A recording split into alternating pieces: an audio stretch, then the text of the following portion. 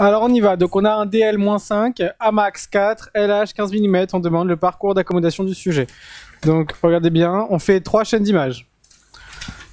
RL donne R, je vais avoir quoi? R'.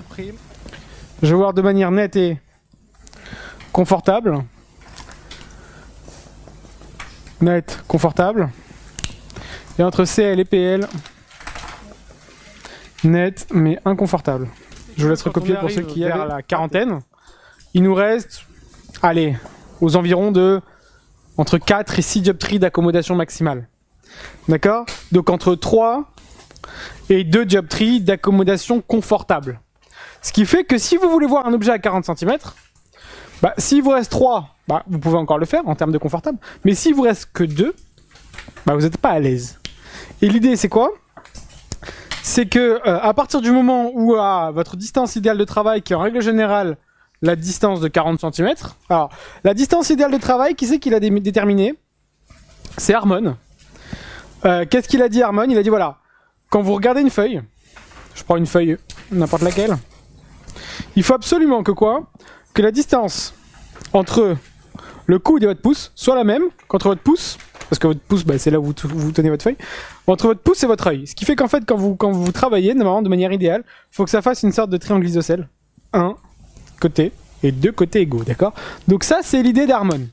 Et en règle générale, on fait tous du 40 en termes de distance ici. Donc, de manière générale, si on vous parle de distance Harmon, c'est aux environs de 40 cm.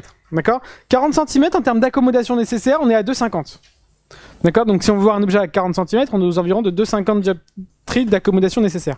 Donc s'il vous reste 3 de confortable, ça va. Par contre, s'il vous reste que 2, uniquement, ça va pas. De l'infini à 40 cm en termes de vision nette. La zone de vision nette ne va que de l'infini jusqu'à 40 cm. En termes de différence de proximité ici, j'ai que 2,5 dioptries. D'accord? Donc ça, c'est ce qu'on appelle l'accommodation vraie. Et ça, c'est ce qu'on appelle l'accommodation apparente. Il va y avoir une différence en termes de formule pour ces deux choses. Au niveau de l'accommodation vraie, concrètement, j'ai toujours R donne R' à travers DO plus A égale 0 et M donne M' à travers DO plus A nécessaire. Et l'accommodation vraie, c'est A égale R moins M. Ça, on s'en rappelle tous, on a fait ça au premier cours. Tout le monde se rappelle de ça? Ça, c'est ce qu'on appelle l'accommodation vraie. L'œil, l'effort qu'il a à faire.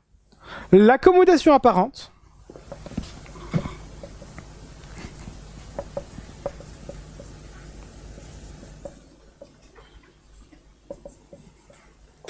c'est pas R moins M. D'ailleurs, je suis par rapport à L, donc je m'en fous. Mais c'est plutôt RL moins ML. Alors, AL nécessaire. Pour dire que je parle d'accommodation vraie, je marque AC. Pour dire que je parle d'accommodation apparente, donc à travers la lunette, c'est AL nec. C'est égal à RL moins ML.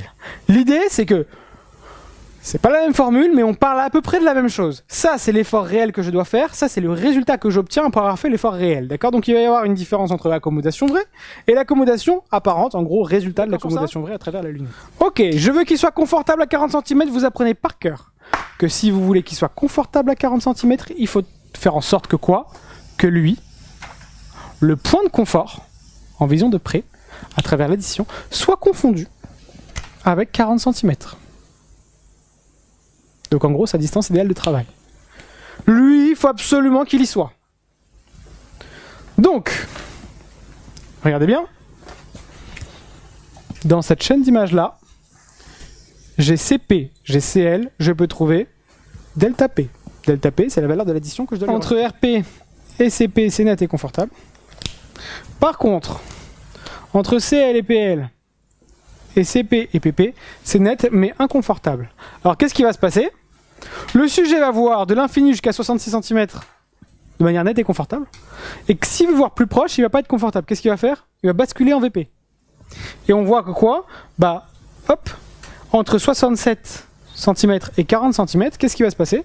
Bah, il va être confortable dans sa vision de près. Alors des fois, il peut y avoir un écart entre les deux. Il peut y avoir ce qu'on appelle un trou. S'il y a un trou, on peut pas mettre de double foyer. Là, on peut mettre un double foyer parce qu'il y a tout, il est toujours confortable de l'infini jusqu'à 40 cm en passant bien évidemment de sa vision de loin à sa vision de près obligatoirement. Mais des fois, on verra plus tard, que si l'accommodation maximale est très faible, eh ben, il peut y avoir un trou entre les deux et les doubles foyers ne peuvent pas fonctionner, on sera obligé de lui mettre un progressif. D'accord? Est-ce que pour tout le monde, vous avez compris la méthode? Est-ce que vous avez aussi compris ce qu'on vous demandait? C'est pas compliqué, on est d'accord. Donc, ce que je vais faire maintenant, c'est que je vais refaire un autre exercice, vous essayez de le faire seul. Je vous laisse ça au tableau. D'accord? Donc, je vous laisserai le recopier et je vous laisse aussi du temps pour le faire. Ah, les chiffres. D'accord, vous voulez mettre les chiffres. On est vraiment tombé bien bas. Ok, parfait. 2. Alors, la première, c'était RL ici. Hein. Mais bon, on vous le donnait, quoi. D'accord? Si vous voulez, je vous dis d'après l'énoncé. Lui, c'est là. Et lui, bah, parfaitement compensé, quoi. Alors, je peux mettre PL, PC, parce que sinon, vous allez croire que... Donc, premièrement, je cherche CLPL. Deuxièmement, j'ai dit que je cherchais delta P. Donc, delta P est ici. Troisièmement, donc. Parce que premièrement, il fallait identifier. Quatrièmement, une fois qu'on a delta P, on cherche RP et CP. Bah, c'est ça le quatrièmement.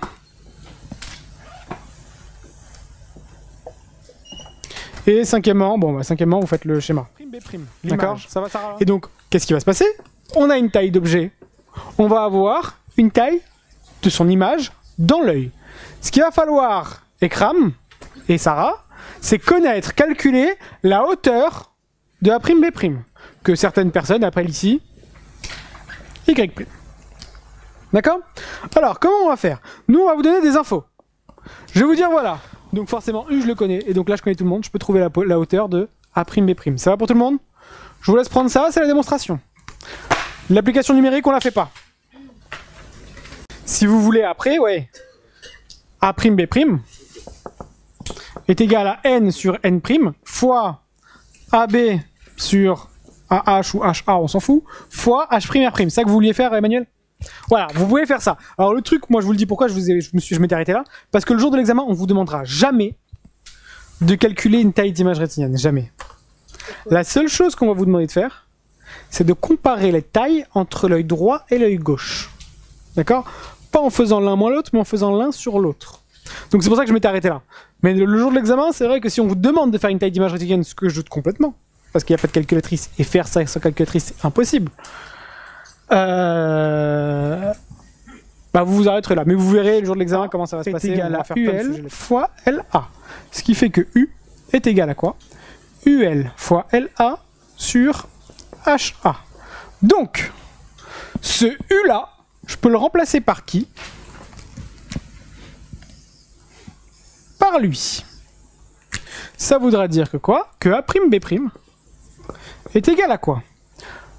UL fois LA, alors je vais commencer par N sur N', pour être dans l'ordre. N sur N', fois, à la place de U, UL fois LA sur HA, fois quoi? H'R'. Alors l'avantage c'est quoi? Lui je le connais, lui je le connais, lui je le connais et lui je le connais, pourquoi?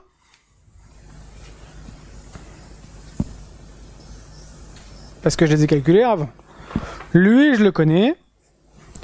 Et UL, c'est pas très difficile. Je connais ALBL et je connais LAL, donc je peux le connaître. Ça va pour tout le monde, c'est rapide quoi. Une fois que j'ai fait ça, je peux connaître la hauteur de A'B'. Ça va pour tout le monde? Je vous laisse recopier. 4,5% plus grande que celle de l'œil gauche.